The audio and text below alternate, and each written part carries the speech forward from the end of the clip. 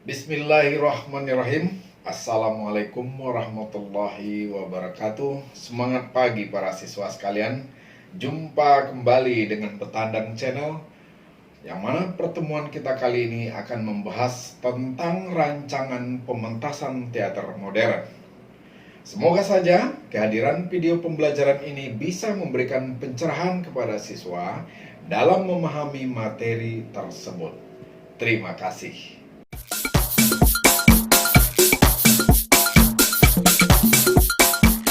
Para siswa sekalian, pementasan teater pada dasarnya adalah bentuk ekspresi diri manusia dalam bidang seni peran.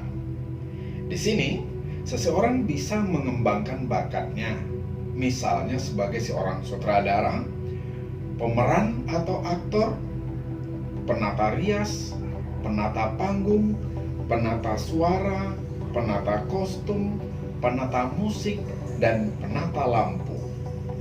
Para siswa sekalian, jadi apa sebenarnya arti pementasan teater? Apa pula fungsi dari pementasan teater? Lalu, apa saja unsur-unsur yang perlu dipersiapkan dalam mementaskan sebuah pertunjukan teater? Baik, ikuti pemaparan berikut, sama-sama kita cari jawabannya pada bab ini.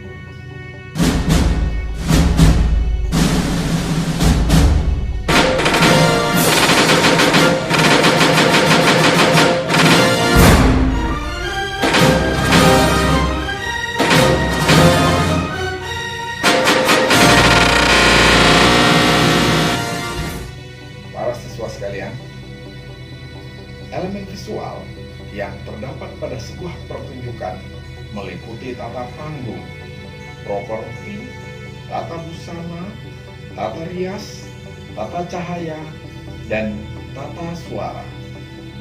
Ternyata keenam elemen tersebut telah menjadi indikator keberhasilan sebuah pertunjukan yang mampu menampilkan pembaruan visual.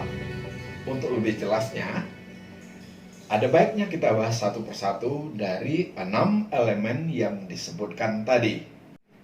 Baik para siswa hebat sekalian, yang pertama akan kita bahas adalah tata panggung.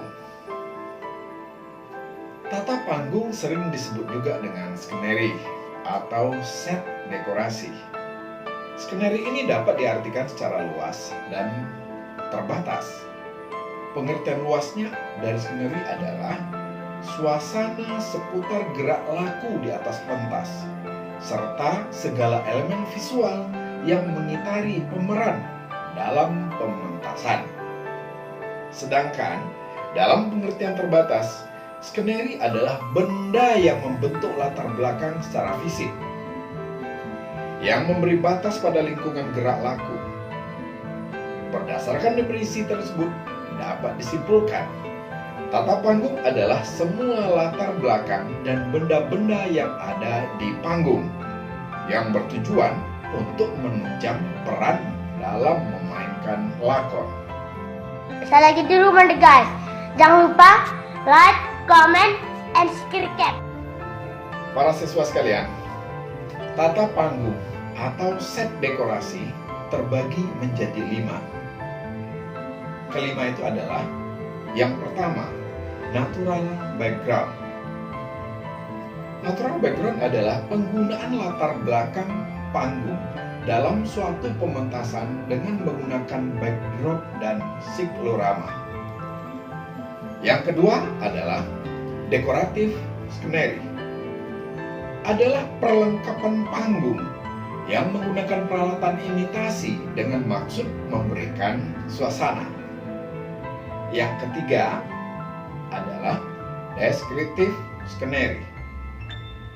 Deskriptif skeneri adalah perlengkapan panggung menggunakan benda aslinya untuk menghias panggung agar dapat mewakili suasana. Adapun yang keempat adalah atmosfer skeneri. Atmosfer skeneri adalah perlengkapan panggung yang menggunakan kombinasi antara deskriptif dan dekoratif skeneri, yakni sebagian menggunakan benda asli, dan sebagiannya lagi imitasi untuk hiasan panggung. Sedangkan yang kelima adalah active background.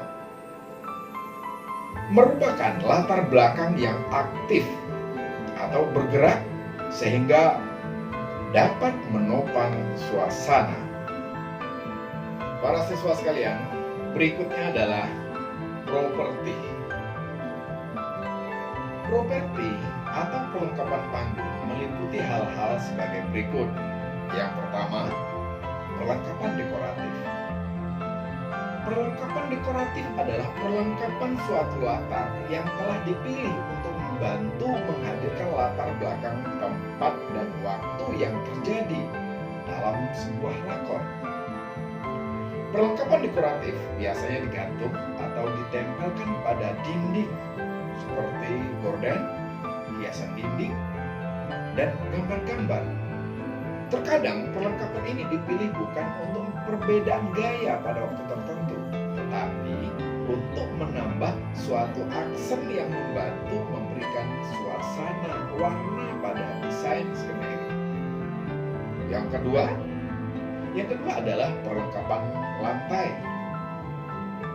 Semua perlengkapan yang berdiri atau berhubungan langsung di atas lantai panggung, contoh perlengkapan lantai, kursi, sofa, meja, lemari, dan lain-lainnya.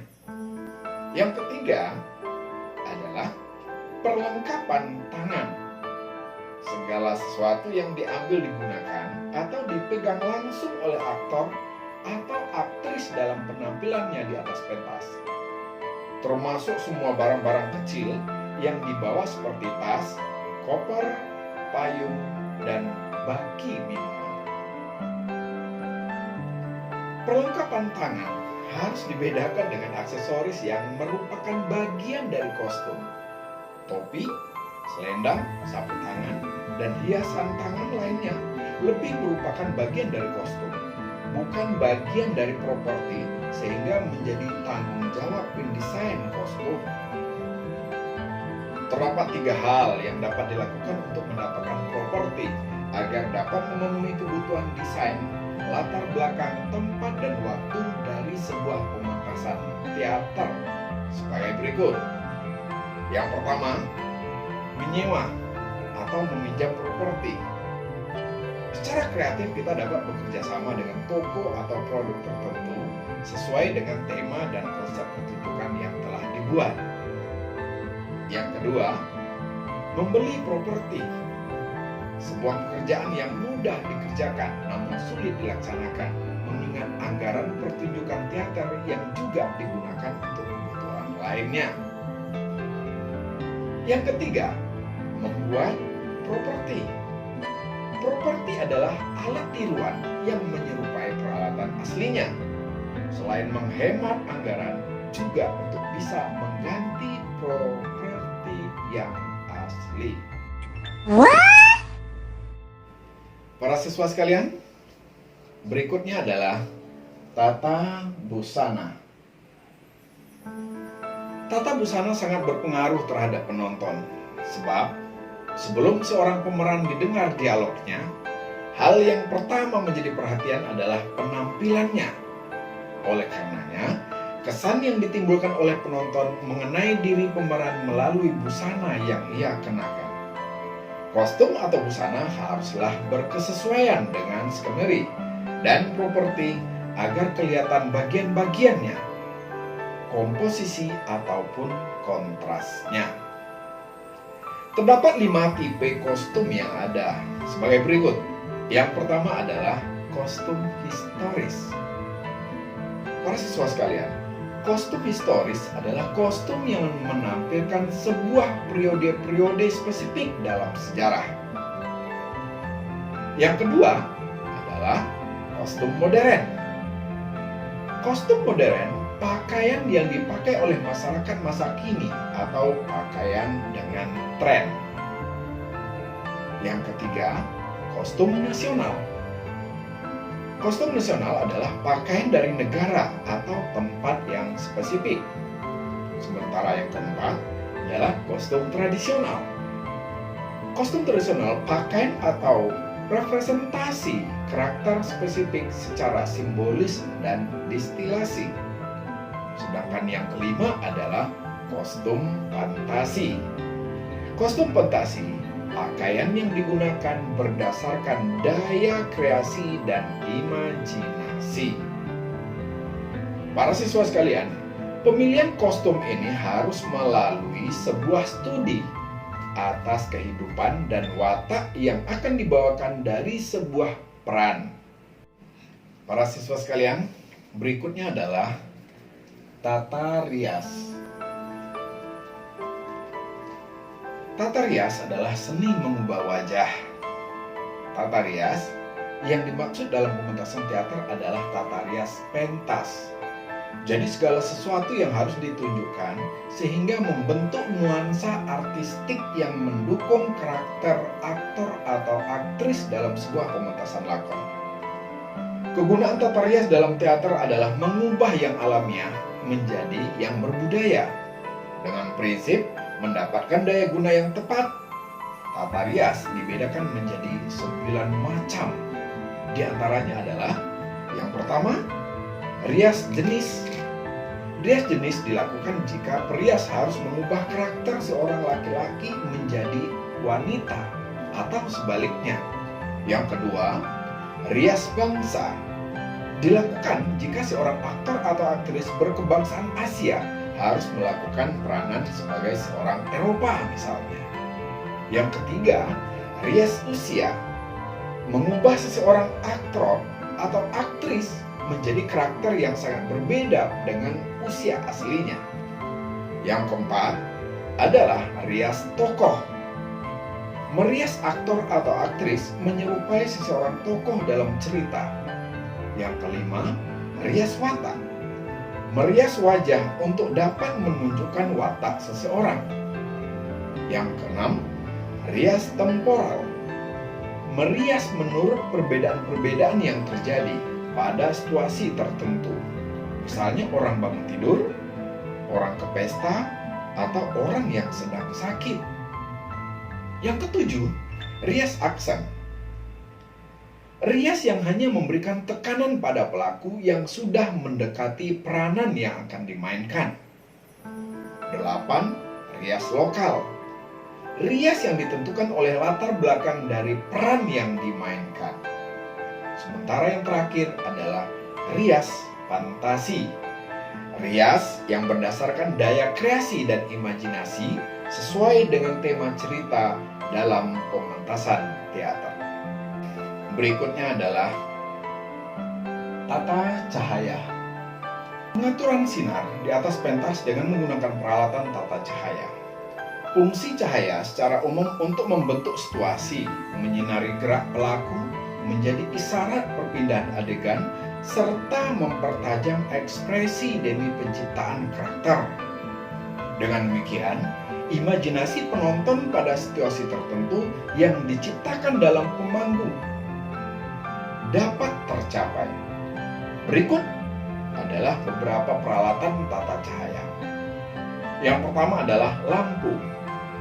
Secara mendasar, lampu yang digunakan untuk pertunjukan dikategorikan dalam 3 jenis: footlight, spotlight, dan campuran.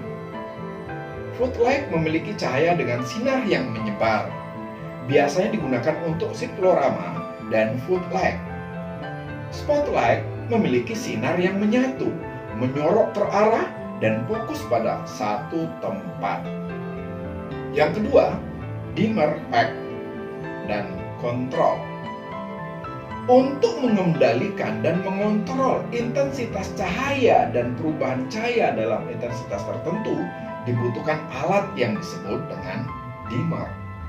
Dimmer ini dapat mengubah intensitas cahaya dari terang ke remang atau sebaliknya. Dengan adanya peralatan tata cahaya yang serba modern, kita dapat memodifikasi penataan cahaya sesuai dengan kita, asalkan masih dalam benang merah dramatik dan artistik pementasan.